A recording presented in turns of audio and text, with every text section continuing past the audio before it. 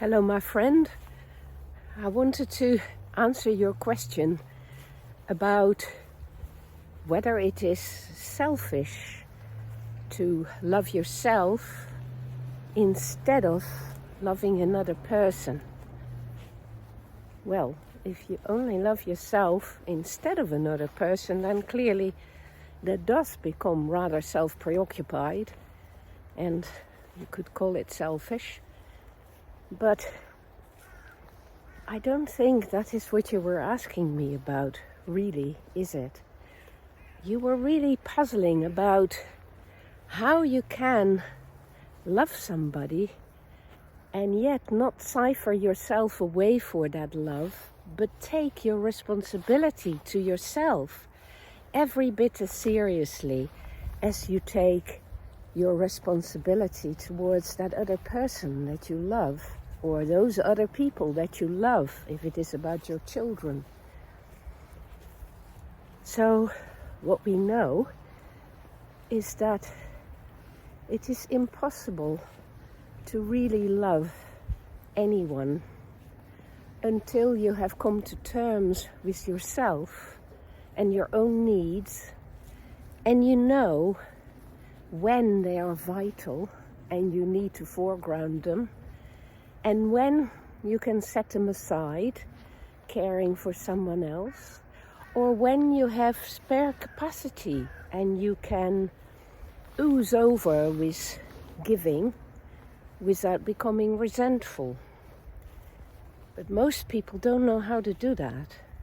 Most people feel compelled to just give and give and give to the other person, reducing their own capacity to be well and their own capacity to have enough space and enough time to keep their inner universe at peace and to keep their outside needs looked after.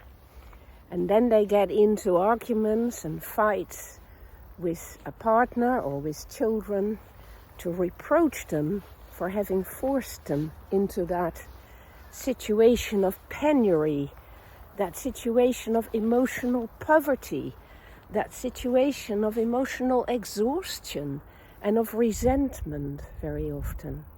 Because it's horrible to feel that you just love other people and that they don't treat you well, or they just take it for granted, or they don't give back what you're giving to them.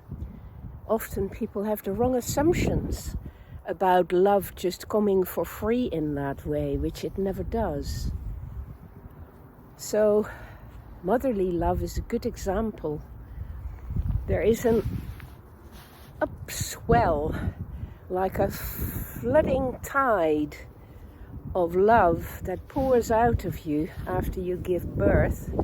But at the same time, you're also very aware of your own clumsiness if you've never had a baby before.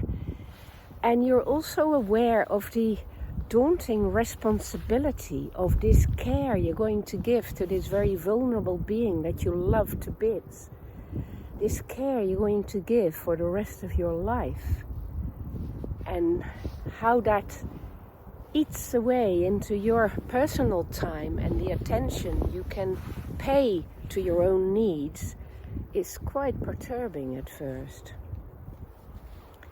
So to love can turn into being self-sacrificial and just giving and giving and giving, and thinking that that is good for anyone in the situation, which of course it isn't. Because your system needs to be prioritized. For you to be able to continue giving, you've got to make sure that you're in touch with yourself and your needs, and that you're looking after yourself and your needs. So yeah, that's what you've got to learn to do, to prioritize yourself and to only give what you can give freely and what you can give generously and without expecting anything in return. And any love you give out of resentment or out of duty or out of a sense of obligation is usually love wasted. because in that process you build up so much hostility and so much resentment towards these others that eventually they'll pay a huge price for it. When your anger bursts out, or your revenge comes into play, or you start having a low opinion of them because you feel exploited. Of course, all along you are the one who are allowing yourself to be exploited. So it is really crucial that you learn to get this balance right between paying attention to what you need and how you need to tend to yourself, and then paying attention to what you can and want to give to the others and what they need from you, and then get that right too.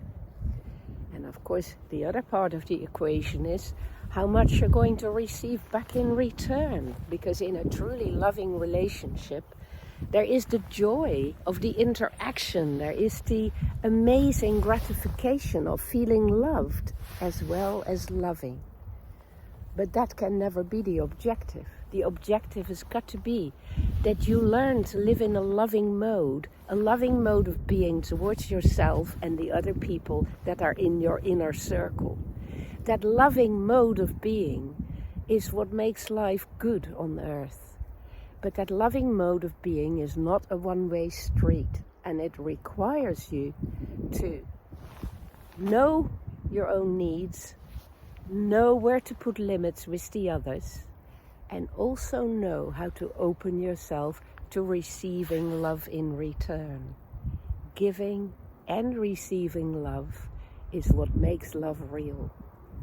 Then you can be playful in the loving mode, and you can just feel amazed at the richness that life has to show when you live in these loving relationships. It's a wonder of nature that we are a part of. It is a wonder of nature that just keeps giving and giving, and that asks for you in return to look after your needs first in a loving way. Take care, my friend.